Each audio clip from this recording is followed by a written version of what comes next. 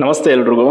VAO ನೇಮಕಾತಿಯ ಕುರಿತಂತೆ ನಾನು ನಿನ್ನೆ ಸಂಜೆ ಒಂದು ಅಧಿಕೃತವಾಗಿ ಸ್ಪಷ್ಟನೆಯನ್ನು ಕೊಡ್ತೀನಿ ಮಾಹಿತಿಯನ್ನು ಅಂತ ಹೇಳಿದ್ದೆ. ಬಟ್ ನನಗೆ ಇನ್ನಷ್ಟು ಕ್ಲಾರಿಫಿಕೇಶನ್ ಬೇಕಾದ ಕಾರಣ ಸ್ವಲ್ಪ ತಡ ಆಯಿತು. ನೋಡಿ, ಯಾರೆಲ್ಲ ಈ ಅಪ್ಕಮಿಂಗ್ VAO ರೆಕ್ರೂಟ್ಮೆಂಟನ್ನು ಟಾರ್ಗೆಟ್ ಮಾಡ್ಕೊಂಡು ಓದ್ತಾ ಇದ್ದೀರಾ, ಯಾರಿಗೆಲ್ಲ ಗ್ರಾಮಾಡಳಿತಾಧಿಕಾರಿಯಾಗಿ ಕೆಲಸ ಮಾಡುವಂಥ ಆಸೆ ಇದೆ, ಸೊ ಈ ಹುದ್ದೆಯನ್ನು ಕಳೆದ ಬಾರಿ ಕೂಡ ರೆಕ್ರೂಟ್ಮೆಂಟ್ ಮಾಡಿತ್ತು. KA ಅವರು ರೆಕ್ರೂಟ್ಮೆಂಟ್ ಮಾಡಿ ಅಂದರೆ ಅಧಿಸೂಚನೆ ಹೊರಡಿಸಿ ಪರೀಕ್ಷೆಯನ್ನು ಮಾಡಿದ್ರು. ಸೊ ಯಾರು ಆ ಒಂದು ನೇಮಕಾತಿಯಲ್ಲಿ ಆಯ್ಕೆ ಆಗಿಲ್ಲ, ತುಂಬ ಜನ ಬೇಸರ ವ್ಯಕ್ತಪಡಿಸಿದ್ರಿ.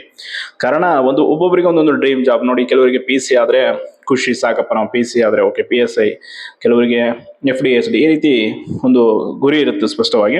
ಸೊ ಹಲವಾರು ಜನರಿಗೆ ವಿಲೇಜ್ ಅಕೌಂಟೆಂಟ್ ಆಗಬೇಕು ಅಂದರೆ VAO ಗ್ರಾಮಾಡಳಿತಾಧಿಕಾರಿ ಆಗಬೇಕು ಅಂತೇಳಿ ಕನಸಿದೆ. ಸೊ ನೋಡಿ, ನಿಮ್ಗೆ ಗೊತ್ತಿದೆ, ಕಳೆದ ಬಾರಿ 1000 ಹುದ್ದೆಗಳ ನೇಮಕಾತಿಯನ್ನು ಮಾಡಲಾಗಿತ್ತು. ಇನ್ನು ಉಳಿದಿರುವಂಥದ್ದು ಪೆಂಡಿಂಗು 500 ಹುದ್ದೆಗಳಿದೆ. ಸೊ ಆ 500 ಹುದ್ದೆಗಳನ್ನು ಕೂಡ ಈ ಪ್ರಸಕ್ತ ವರ್ಷದಲ್ಲಿ ಭರ್ತಿ ಮಾಡೋದಕ್ಕೆ ಈಗಾಗಲೇ 2 ಬಾರಿ ಅದಕ್ಕೆ ಸಂಬಂಧಪಟ್ಟಾಗೆ ಚರ್ಚೆ, ಮೀಟಿಂಗು ಆ್ಯಂಡ್ ಸಂಬಂಧಪಟ್ಟ ಜಿಲ್ಲಾಧಿಕಾರಿಗಳಿಂದ ಕಂದಾಯ ಇಲಾಖೆಯ ಅಪರ ಕಾರ್ಯದರ್ಶಿಯವರು ಒಂದು ಮಾಹಿತಿಯನ್ನು ಪಡ್ಕೊಂಡಿದ್ದಾರೆ. ಸೊ ಏನೇನು ಇದೆ ಈಗ ಪ್ರೊಸೆಸ್ ರೆಕ್ರೂಟ್ಮೆಂಟ್ ಮಾಡೋದಕ್ಕೆ. ಸೊ ಅದರ ಜೊತೆ ಮೊನ್ನೆ ಅಷ್ಟೇ ವಿಧಾನಸೌಧದಲ್ಲಿ ಒಂದು ಮೀಟಿಂಗ್ ಕೂಡ ಆಗಿದೆ. ಅದರ ಬಗ್ಗೆ ಕೂಡ ನಿಮಗೆ ತಿಳಿಸಿದ್ದೆ ನಾನು. ಸೊ ಆ ಮೀಟಿಂಗ್ ಎಲ್ಲವೂ ಈಗ ಚರ್ಚೆ ಎಲ್ಲ ಆದಮೇಲೆ ಒಂದು ಅಧಿಕೃತವಾಗಿ ನನಗೆ ಸಿಕ್ಕಿರುವಂಥ ಮಾಹಿತಿ ಅಂತಂದರೆ ಮಾರ್ಚ್ ಮಿಡಲಲ್ಲಿ, ಅಂದರೆ ಮಾರ್ಚ್ 3ನೇ ವಾರದಲ್ಲಿ ಒಂದು ನೇಮಕಾತಿ ಅಧಿಸೂಚನೆಯನ್ನು ಹೊರಡಿಸುವ ತಯಾರಿಯಲ್ಲಿ ಇದಾರಂತೆ. ಸೊ ಅದರಲ್ಲಿ ಬಜೆಟ್ ಮತ್ತು ಕೋರ್ಟ್ ಕೇಸ್ ಎರಡು ಕೂಡ ಮುಗಿದೋಗಿರುತ್ತೆ ಅಷ್ಟೊತ್ತಿಗೆ. ಸೊ ಇನ್ ಕೇಸ್ ಅದು ಕೂಡ ಆಗುತ್ತೆ. ಬಟ್ KA ಅವರು ನೇಮಕಾತಿ ಈಗ ಅಧಿಸೂಚನೆ ಹೊರಡಿಸೋದಕ್ಕೆ ಕೋರ್ಟ್ ಕೇಸ್ಗೆ ಏನು ಅಷ್ಟೊಂದು ಎಫೆಕ್ಟ್ ಇಲ್ಲ. ಕಾರಣ ನಿಮ್ಗೆ ಗೊತ್ತಿರ್ಬೋದು, ಈಗಾಗಲೇ ST FD ಎಲ್ಲ ಮಾಡಿದ್ದಾರೆ. ಮೊನ್ನೆ ಅಷ್ಟೇ 708 ರೆಕ್ರೂಟ್ಮೆಂಟ್ ಆಯಿತು, ಅದಕ್ಕೂ ಸಮಸ್ಯೆ ಇಲ್ಲ. ಬಟ್ ಈ ರಿಸರ್ವೇಷನ್ ಕೇಸ್ ಯಾವಾಗ ಎಫೆಕ್ಟ್ ಆಗುತ್ತೆ ಈ ನೇಮಕಾತಿಗಳಿಗೆ ಅಂದರೆ, ನಾಳೆ ಆರ್ಡರ್ ಕಾಪಿ ಕೊಡೋ ಸಮಯ ಬರುತ್ತಲ್ವಾ. ಅಂದರೆ ಈಗೆಲ್ಲ ಪ್ರೊಸೆಸ್ ಆಗಿ ಸಂಬಂಧಪಟ್ಟ ಇಲಾಖೆಗಳಿಗೆ ಲಿಸ್ಟ್ ಕಳಿಸಿ ಅವರು ಪ್ರಾವಿಷನಲ್ ಸೆಲೆಕ್ಷನ್ ಲಿಸ್ಟ್ ಎಲ್ಲ ಫೈನಲ್ ಲಿಸ್ಟ್ ಬಿಟ್ಟ ಮೇಲೆ ಆದೇಶ ಪತ್ರವನ್ನು ಕೊಡೋದು, ವೆರಿಫಿಕೇಶನ್ ಆದ್ಮೇಲೆ ಆವಾಗ ಇದು ಹೋಲ್ಡಲ್ಲಿ ಇರುತ್ತೆ, ಇನ್ ಕೇಸ್ ಬಗೆಹರಿದಿಲ್ಲ ಅಂತ ಅಷ್ಟೇ. ಅದನ್ನು ಬಿಟ್ಟರು ಬೇರೆ ಪ್ರಾಬ್ಲಮ್ ಇಲ್ಲ. ಬಟ್ VAO ಕೂಡ ಅಷ್ಟೇ ನೇಮಕಾತಿ ಮಾಡ್ಬೋದು, ಸಮಸ್ಯೆ ಏನಿಲ್ಲ. ನೋಡಿ, ಯಾರೆಲ್ಲ ಸಿಲೆಬಸ್ ನೋಡಿಲ್ಲ, ಹೊಸದಾಗಿ ಈಗ ಪ್ರಿಪ್ರೇಷನ್ ಮಾಡ್ತಾ ಇದ್ದೀರಾ, ಕಳೆದ ಬಾರಿ ಒಂದು ಪರೀಕ್ಷಾ ಪಠ್ಯಕ್ರಮ ಏನು ಸಿಲೆಬಸ್ಸನ್ನು KA ಅಧಿಕೃತ ವೆಬ್ಸೈಟಲ್ಲಿ ಕೂಡ ಸಿಗುತ್ತೆ. ನಿಮಗೆ ಬೇರೆ ಬೇರೆ ಕಡೆ ಕೂಡ ಸರ್ಚ್ ಮಾಡಿ ಅದನ್ನು ಪಡ್ಕೊಳ್ಬೋದು. ನೋಡಿ, ಚೆನ್ನಾಗಿ ಪ್ರಿಪ್ರೇಷನನ್ನು ಮಾಡ್ಕೊಳ್ಳಿ. ಎಷ್ಟೋ ಜನಕ್ಕೆ ನಿಜವಾಗ್ಲೂ ಇವತ್ತು ನನಗೆ ಸ್ವತಃ ನಮ್ಮ ಹಲವಾರು ಜನ ಸ್ನೇಹಿತರು, ಸಹೋದರರು ಹೇಳಿದಂಥ ಮಾತು, ಕಳೆದ ವರ್ಷ ಹಲವಾರು ರೆಕ್ರೂಟ್ಮೆಂಟ್ಗಳಾದವು. CT ಆಯಿತು, PDO ಆಯಿತು, KS ಆಯಿತು, ಗ್ರೂಪ್ B ಆಯಿತು, ಮೋಟರ್ ವೆಹಿಕಲ್ ಇನ್ಸ್ಪೆಕ್ಟ್ರು, VAO ಎಲ್ಲ ಕೂಡ ಆಗಿದೆ 2024-25 ಆ ಸಾಲಿನಲ್ಲಿ. ಬಟ್ VAO ಯಾರ್ಯಾರ ಜಾಯ್ನ್ ಆದ್ರು ನೋಡಿ, ಇವಾಗ ಆರಾಮಾಗಿದ್ದಾರೆ ಅವರೆಲ್ಲ. ಅಂದರೆ ಅಟ್ಲೀಸ್ಟ್ ಕೆಲಸದಲ್ಲಿ ಇದೀವಿ ಅನ್ನೋ ಒಂದು ಸ್ಯಾಟಿಸ್ಫ್ಯಾಕ್ಷನ್ ಇದೆ. ಇನ್ನು ಉಳಿದಂತೆ ಇದೆಲ್ಲ PDO ಆಯಿತು, ಗ್ರೂಪ್ B, ನೋಡಿ ಅವೆಲ್ಲ ಹಿಂಗಾಗಿದೆ ಸ್ಥಿತಿ. ಅಂದರೆ ಇನ್ನೂ ಲಿಸ್ಟ್ ಬಿಟ್ಟಿದ್ದಾರೆ, ಇನ್ನೂ ಆರ್ಡರ್ ಕಾಪಿ ಇಲ್ಲ. ಆ್ಯಂಡ್ ಕೆಲವೊಂದು ಆಯಿತು, ಅಕೌಂಟ್ ಅಸಿಸ್ಟೆಂಟ್ ಅವೆಲ್ಲ ಮಾಡಿದರು, ಇನ್ನೂ ಪೆಂಡಿಂಗ್ ಇದೆ. ಲ್ಯಾಂಡ್ ಸರ್ವೇದಂತೂ ಪಾಪ ಪರೀಕ್ಷೆ ಬರೀಬೇಕು ಅಂತ ಫೀಸ್ ಕಟ್ಟಿ ಎಲ್ಲ ರೆಡಿ ಆಗಿದ್ರು. ರೀನೋಟಿಫಿಕೇಷನ್ಗೆ ಈಗ ಅದನ್ನು ಮತ್ತೆ ರೀನೋಟಿಫಿಕೇಶನ್ ಮಾಡೋದಕ್ಕೆ ಸಿದ್ಧರಾಗಿದ್ದಾರೆ KPSC. ಸೊ ಅದಕ್ಕೆ KPSCಗಿಂತ KA ನಡೆಸುವಂಥ ನೇಮಕಾತಿಗಳ ಮೇಲೆ ಹೆಚ್ಚು ಎಫರ್ಟ್ ಹಾಕಿ. ಕಾರಣ KA ಅವರು ಎಕ್ಸಾಮ್ಸ್ ಲೇಟ್ ಮಾಡಲ್ಲ, ರಿಸಲ್ಟ್ಸ್ ಲೇಟ್ ಮಾಡಲ್ಲ, ಹೇಳಿದ ಟೈಮಿಂಗ್ ಮಾಡಿ ಮುಗಿಸ್ತಾರೆ, ಸಂಬಂಧಪಟ್ಟ ಇಲಾಖೆಗೆ ಕಳಿಸ್ಕೊಡ್ತಾರೆ. ಅವ್ರು ಇಮಿಡಿಯೇಟ್ ಆಗಿ ಪ್ರೊಸೆಸ್ ಮಾಡಿದ್ರು ಅಂದರೆ ಮುಗಿದೋಯ್ತು. ವಿತಿನ್ ಒಂದು 6-7 ಮಂತಲ್ಲಿ, ಕಳೆದ ಬಾರಿ 1 ವರ್ಷದಲ್ಲಿ VAO ಎಲ್ಲ ಫೈನಲೈಸ್ ಆಗಿ ಆರಾಮಾಗಿ ಟ್ರೈನಿಂಗಲ್ಲಿ ಇದ್ದಾರೆ, ಈಗ ಮುಗಿಸಿ ವರ್ಕಲ್ಲಿ. ಸೊ ಅದಕ್ಕೆ ಯಾವುದೂ ಕೂಡ ಹುದ್ದೆ ಕೀಳಲ್ಲ ಮೇಳಲ್ಲ. ಅದು ನಾವು ಮಾಡುವಂಥ ಕೆಲಸದ ಮೇಲೆ ನಿಷ್ಠೆ, ಪ್ರಾಮಾಣಿಕತೆ ಇಟ್ಕೊಂಡು ಮಾಡಿದ್ರೆ ಎಲ್ಲ ಕೆಲಸವೂ ಕೂಡ ಒಂದೇ ಆ್ಯಂಡ್ ಒಳ್ಳೆಯದೇ. ಎಷ್ಟು ಹೈಯರ್ ಪೋಸ್ಟಿಗೆ ಹೋಗ್ತೀವಿ ಅಷ್ಟು ನಮಗೆ ಪ್ರೆಷರ್ ಇರುತ್ತೆ. ಹಾಗಂತ ಪ್ರೆಷರ್ನ ಹ್ಯಾಂಡಲ್ ಮಾಡೋದನ್ನು ನಾವು ಕಲಿಯಲೇಬೇಕಾಗುತ್ತೆ. ಯಾಕಂದರೆ ಇದು ಸ್ಪರ್ಧಾತ್ಮಕ ಪರೀಕ್ಷೆ ರಂಗಾನೇ ಹಂಗೆ, ಇಲ್ಲಿಂದಲೇ ಶುರು ಆಗುತ್ತೆ ಪ್ರೆಷರ್. ಅಪ್ ಟು ಇಲ್ಲಿಂದ ನಾವು ಹುದ್ದೆಗೆ ಸೇರಿ ಕೆಲಸ ಮಾಡೋವರೆಗೂ ಅದು ಪ್ರೆಷರ್ ಇದ್ದಿದೆ. ಆ ಪ್ರೆಷರ್ಗೆ ಎದುರ್ಕೊಂಡ್ರೆ ಏನೂ ಮಾಡೋಕ್ಕಾಗಲ್ಲ.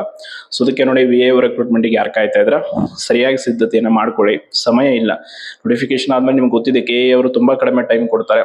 ಸೊ ಅಷ್ಟರಲ್ಲೇ ತಯಾರಿ ಮಾಡಿಕೊಂಡು, ಸಿದ್ಧತೆ ಮಾಡ್ಕೊಂಡು, ಅದರಲ್ಲಿ ಬಾರಿ ಇರೋದೇ 500ರಲ್ಲಿ ಜಿಲ್ಲಾವಾರು ಮಾಡಿದ್ರು ಅಂತಂದರೆ ಇನ್ನಷ್ಟು ಪೋಸ್ಟ್ಗಳು ನಿಮ್ಗೆ ಗೊತ್ತಿದೆ, ಒಂದೊಂದು ಜಿಲ್ಲೆಗೆ ಎಷ್ಟು ಬರುತ್ತೆ, ಮತ್ತೆ ಅದರಲ್ಲೂ ಕೆಟಗರಿ ವೈಸ್ ಹೆಂಗಾಗುತ್ತೆ ಅನ್ನೋದು ತುಂಬ ಗೊತ್ತಿದೆ. ಸೊ ಅಲ್ಲಿ ನಿಮಗೆ ಪೋಸ್ಟ್ಗಳೇ ಕಡಿಮೆ ಇರುತ್ತೆ, ಅಂಥದ್ರಲ್ಲಿ ಕಾಂಪಿಟೇಷನ್ ಕೊಡ್ಬೇಕು. ಮತ್ತೆ ಸೀನಿಯರ್ಸ್ ಇರ್ತಾರೆ, ಕೆಲವರು ರಿಸರ್ವೇಷನ್ಸು ತುಂಬ ಇದೆ. ಸೊ ಅದಕ್ಕೆ ಆದಷ್ಟು ಚೆನ್ನಾಗಿ ತಯಾರಿ ಮಾಡಿ. ಬೋರ್ಡಿಯ ಪ್ರೀವಿಯಸ್ ಇಯರ್ ಕ್ವಶನ್ ಪೇಪರ್, ನಾನು VAO ಪರೀಕ್ಷೆಗೆ ಸಂಬಂಧಪಟ್ಟಾಗ ಒಂದು ಸ್ಪೆಷಲ್ ವಿಡಿಯೋ ಮಾಡಿದೆ. ಅಂದರೆ ಈಗ ಆಲ್ರೆಡಿ VAO ಆಗಿದ್ದಾರೆ ನಮ್ಮ ಸಹೋದರೊಬ್ಬರು, ಸಂಜೀವ್ ನಾಯ್ಕ್ ಅಂತೇಳಿ. ಸೊ ಅವರು ಒಂದು ಒಳ್ಳೆ ಬುಕ್ ಲಿಸ್ಟನ್ನು ಕೊಟ್ಟಿದ್ರು, ಸಜೆಸ್ಟ್ ಮಾಡಿದರು. ಬುಕ್ ಲಿಸ್ಟು, ಕರೆಂಟ್ ಅಫೇರ್ಸ್ಗೆ, ಮತ್ತು ಏನೇನು ಓದಬೇಕು, ಯಾವ್ಯಾವ ಸೈನ್ಸ್ಗಾಗಿರ್ಬೋದು, ಮೆಂಟಲ್ ಎಬಿಲಿಟಿ ಎಲ್ಲವನ್ನು ಹೇಳಿದರು. ಮತ್ತು ಕೆಲವೊಂದು ಆನ್ಲೈನ್ ಕ್ಲಾಸಸ್ಸು ಯಾವ್ದು ಅವರು ತೆಗೆದುಕೊಂಡಿದ್ರು. ಈಗ ಆಲ್ರೆಡಿ VAO ಆಗಿ ಕೆಲಸ ಮಾಡ್ತಿದ್ದಾರೆ, ಇವನ್ PDO ಕೂಡ HK ಆಯ್ಕೆ ಆಗಿದ್ದಾರೆ ಮನೆ ಲಿಸ್ಟಲ್ಲಿ. ಸೊ ಅವ್ರು ಹೇಳಿದಂಥ ಗೈಡೆನ್ಸ್ ಪ್ರಕಾರ ನಿಮ್ಗೊಂದು ವಿಡಿಯೋ ಮಾಡಿ ತಿಳಿಸಿದ್ದೆ. ಸೊ ಯಾರು ನೋಡಿಲ್ಲ ಅದನ್ನು ಮತ್ತೊಂದು ಸಲ ನೋಡಿಲ್ಲ ಅಂದರೆ ಟೆಲಿಗ್ರಾಮಲ್ಲಿ ನಾನು ಲಿಂಕ್ ಹಾಕ್ತೀನಿ, ನೋಡಿ ಒಟ್ಟಲ್ಲಿ ತಯಾರಿ ಮಾಡಿ ಓದಿ. ಅದರ ಜೊತೆ ನಿಮ್ಮ ಒಂದು ಕಾನ್ಫಿಡೆನ್ಸ್ ಲೆವೆಲ್ ಕುಗ್ಗಿಸ್ಕೊಳ್ಳೋಕ್ಕೆ ದಯವಿಟ್ಟು ಹೋಗಿ. ಒಂದು ಸಲ ಆತ್ಮವಿಶ್ವಾಸವನ್ನು ಕಳ್ಕೊಂಡ್ರಿ ಅಂತಂದ್ರೆ ಏನು ಮಾಡೋಕ್ಕಾಗಲ್ಲ. ಸುತ್ತಮುತ್ತ ಇರ್ತಾರೆ ನೆಗೆಟಿವ್ ಜನಗಳು, ಅವೆಲ್ಲ ಕಾಮನ್, ಸೊಸೈಟಿನೇ ಹಂಗಿದೆ ಆಯ್ತಾ. ನೀವು ಎಸ್ಪೆಷಲಿ ಸರ್ಕಾರಿ ಹುದ್ದೆಗೆ ತಯಾರಿ ಮಾಡ್ತೀರಿ ಅಂದರೆ ಮುಂಚೆ ನೀವು ಏನಾಗಬಾರ್ದು ಅಂತೇಳಿ ನಿಮ್ಮನ್ನು ಒತ್ತಡದಲ್ಲಿ ಮುಳುಗಿಸಿ ನೀವು ಪರೀಕ್ಷೆನೇ ಬರೀಬಾರ್ದು ಹಂಗೆ ಮಾಡುವಂಥ ಜನ ಕೂಡ ಇದ್ದಾರೆ, ನಿಮ್ಮ ಸಂಬಂಧಿಕರು ಇರ್ತಾರೆ, ಸುತ್ತಮುತ್ತ ಎಲ್ಲರೂ ಇರ್ತಾರೆ. ಬಟ್ ಅವೆಲ್ಲವನ್ನೇ ಫೇಸ್ ಮಾಡಿ ನೀವು ಅಂದ್ಕೊಂಡಂಥ ಹುದ್ದೆಯನ್ನು ಪಡೆಯೋದಿದೆಯಲ್ಲ, ಅದು ತುಂಬ ಸ್ಟ್ರಗಲ್. ಆ ಸ್ಟ್ರಗಲನ್ನು ಮಾಡಿ. ಯಾರೋ ಏನೇ ಅಂದ್ಕೊಂಡ್ರು ಕೂಡ ನಿಮ್ಮ ಗುರಿಯ ಕಡೆ ನಿಮ್ಮ ಫೋಕಸ್ ಇಲ್ಲ ಅಷ್ಟೇ. ನೋಟಿಫಿಕೇಶನ್ ಎಲ್ಲರೂ ಅದ್ರ ಬಗ್ಗೆ ಕೇಳ್ತಾರೆ, ಬಟ್ ಎಲ್ಲರೂ ಆಯ್ಕೆ ಆಗಲ್ಲ. ಆಯ್ಕೆ ಆಗೋರು ಸದ್ದಿಲ್ಲದೆ ತಯಾರಿಯನ್ನು ಮಾಡ್ತಾ ಇರ್ತಾನೆ. ಸೊ ನೀವು ಕೂಡ ಅದೇ ರೀತಿ ಸದ್ದಿಲ್ಲದೆ ತಯಾರಿಯನ್ನು ಆರಂಭಿಸಿ. ನಿಮಗೆ ನೋಟಿಫಿಕೇಶನ್ಸ್ ಆ್ಯಂಡ್ ಸಿಲೆಬಸ್, ಬೇರೆ ಏನೇ ಸಮಸ್ಯೆಗಳು ರಿಲೇಟೆಡ್, ಬುಕ್ ಲಿಸ್ಟ್ ಎಲ್ಲವೂ ಕೂಡ ಆಲ್ವೇಸ್ ನಿಮಗೆ ಸಜೆಸ್ಟ್ ಮಾಡ್ತಾ ಇರ್ತೀನಿ ನನ್ನ ಕೈಲಾದಷ್ಟು. ಯಾಕೆ ಅಂತಂದರೆ ನಾವು ಬೆಳೆಯೋ ಜೊತೆ, ನಾವು ಏನೋ ಮಾಡೋ ಜೊತೆ ಇನ್ನೊಬ್ಬರನ್ನ ಪ್ರೋತ್ಸಾಹ ಮಾಡೋದಿದೆಯಲ್ಲ, ಅದು ತುಂಬ ಇಂಪಾರ್ಟೆಂಟ್. ಇವತ್ತು ಎಷ್ಟೋ ಜನ ಕೆಲಸ ಮಾಡಲ್ಲ, ನಾನು ನೋಡಿದ್ದೀನಿ. ಒಂದು ಸಲ ನಾನು ಎಕ್ಸಾಂಪಲ್ ಹೇಳ್ತೀನಿ. ನಾನೇ ಫಸ್ಟ್ ಬೆಂಗಳೂರಿಗೆ ಬಂದಾಗ ಈ ಚಂದ್ರಲೇಔಟ್ ವಿಜಯನಗರದಲ್ಲಿ UPSCಗೆ ತಯಾರಿ ಮಾಡೋರ ಹತ್ರ ಏನಾದರೂ ಹೋಗಿ, ಆಲ್ರೆಡಿ ಕೆಲವರು ಪಾಪ ಮೇನ್ಸ್ ಬರೆದಿರ್ತಾರೆ, ಪ್ರಿಲಿಮ್ಸ್ ಆಗಿರ್ತಂಥವ್ರ ಹತ್ರ ಗೈಡೆನ್ಸ್ ಕೇಳಿದ್ರೆ ಮಾತಾಡೋಕ್ಕೆ ರೆಡಿ ಇರಲ್ಲ, ಅವರೆಲ್ಲ ಹೇಳೋಕೆ ರೆಡಿ ಇರಲ್ಲ. ಆಲ್ರೆಡಿ ನಾನು IAS ಅಧಿಕಾರಿ ಅನ್ನೋ ಒಂದು ಆ್ಯಟಿಟ್ಯೂಡ್ ಅವ್ರು ಬೆಳೆದು ಬಿಟ್ಟಿರ್ತಾರೆ, ಆ ಲೆವೆಲ್ ಆಫ್ ಥಿಂಕಿಂಗ್ ಇರುತ್ತೆ ಅವ್ರದ್ದು. ಸೊ ಅದಕ್ಕೆ ಅದು ಒಳ್ಳೇದಲ್ಲ. ಎಲ್ಲವನ್ನ ಪ್ರೀತಿಯಿಂದ ಕಾಣುವಂಥದ್ದು, ಎಲ್ಲರಲ್ಲೂ ಕೂಡ ಗೌರವ ಭಾವನೆ ಹೊಂದುವಂಥದ್ದು ನಿಜವಾದ ವ್ಯಕ್ತಿತ್ವದ ಲಕ್ಷಣ. ನಾವು ನಾಳೆ ಅಧಿಕಾರಿ ಆಗ್ಬೋದು, ಏನಾಗ್ಬೋದು, ಇನ್ನೇನೋ ಆಗ್ಬೋದು, ಎಲ್ಲರನ್ನ ಪ್ರೀತಿಸುವ ಗೌರವಿಸುವಂಥ ಗುಣವನ್ನೇ ಇಲ್ಲ ಅಂತಂದರೆ ಅದು ಯಾವುದಕ್ಕೂ ಕೂಡ ವ್ಯಾಲ್ಯೂ ಇರಲ್ಲ. ಸೊ ಅದಕ್ಕೆ ಚೆನ್ನಾಗಿ ಪ್ರಿಪ್ರೇಷನ್ ಮಾಡಿ. VAO ಹೇಳಿದ್ದೀನಲ್ಲ, ಮಾರ್ಚ್ 3ನೇ ವಾರದ ಮಿಡಲಲ್ಲಿ ನೋಟಿಫಿಕೇಶನ್ ಆಗುವಂಥ ಚಾನ್ಸಸ್ ಹೆಚ್ಚಿದೆ ಈಗಾಗಲೇ ನನಗೆ ಇರುವಂಥ ಮಾಹಿತಿ ಪ್ರಕಾರ. ಸೊ ಅದಕ್ಕೆ ಏನು ಮಾಹಿತಿ ಯಾರು ಕೊಟ್ಟರು ಏನು, ಅದು ಕ್ಲಾರಿಫಿಕೇಶನ್ ಕೂಡ ನಿಮಗೆ ಟೆಲಿಗ್ರಾಮಲ್ಲಿ ನಾನು ಅದನ್ನು ಲೆಟರ್ ಹಾಕ್ತೀನಿ. ಸೊ ಒಟ್ಟಾರೆ ನಿಮಗೆ ಯಾವುದೇ ಒಂದು ಮಾಹಿತಿ ತಿಳಿಸೋ ಮುಂಚೆ ನಾನು ಸಂಪೂರ್ಣವಾಗಿ ಅದನ್ನು ಕೂಲಂಕುಷವಾಗಿ 2-3 ಬಾರಿ ವಿಶ್ಲೇಷಣೆ ಮಾಡಿ ತಿಳ್ಕೊಂಡು ಮೇಲೆ ನಿಮ್ಗೆ ತಿಳಿಸೋದು. ಯಾಕೆ ಅಂತಂದರೆ ನನ್ನನ್ನು ನಂಬ್ಕೊಂಡು 55-56 ಸಾವಿರ ಜನ ಸಬ್ಸ್ಕ್ರೈಬರ್ಸ್ ಆಗಿದ್ದೀರಾ. ಸೊ ನೀವೆಲ್ಲ ಪ್ರತಿನಿತ್ಯ ಒಂದು 10-12 ಸಾವಿರ ಜನ ವಿಡಿಯೋ ನೋಡ್ತಾ ಇರ್ತೀರ. ನಿಮಗೆ ಜೆನ್ಯೂನ್ ಆದಂಥ ಅಥೆಂಟಿಕ್ ಇನ್ಫಾರ್ಮೇಷನ್ ಕೊಡುವಂಥದ್ದು ನನ್ನ ಕರ್ತವ್ಯ. ಅದನ್ನು ನಾನು ಪ್ರಾಮಾಣಿಕವಾಗಿ ಮಾಡ್ತೀನಿ. ಆ್ಯಂಡ್ ಇದನ್ನು ಹೊರತುಪಡಿಸಿ ಬೇರೆ ನಿಮಗೆ ಗೊತ್ತಿದೆ, ಕ್ರೈಸ್ತ ಕೂಡ ನೋಟಿಫಿಕೇಶನ್ ಮಾಡಬೇಕು ಅಂತ ಈಗ ಆಲ್ರೆಡಿ ಸಿದ್ಧತೆ ನಡೆದಿದೆ. ಸೊ ಆಗುತ್ತೆ, ಗೇಯಿಂದ ನೋಟಿಫಿಕೇಶನ್ಸ್ಗಳಾಗುತ್ತೆ, ಸಮಸ್ಯೆ ಇಲ್ಲ. ಬಟ್ KPSC ಇದು ಬೇರೆ ಸ್ವಲ್ಪ ಡಿಲೇ ಇದೆ. ಆ್ಯಂಡ್ ಎಸ್ಪೆಷಲಿ PC ನೋಡಿ, ನೀವು ಹೇಳ್ತಾ ಇದ್ದೀನಿ, ಇತ್ತೀಚೆಗೆ ಗೃಹ ಸಚಿವರು ಹೇಳ್ಬಿಟ್ಟಿದ್ದಾರೆ, ನಾವು PCPSC ರಿಕ್ರೂಟ್ಮೆಂಟ್ಗೆ ಏನೋ ಹೊಸ ಬೋರ್ಡ್ ಮಾಡ್ತೀವಿ ನೇಮಕಾತಿದು ಅಂತ ಏನೋ ಹೇಳಿದಾರಂತೆ.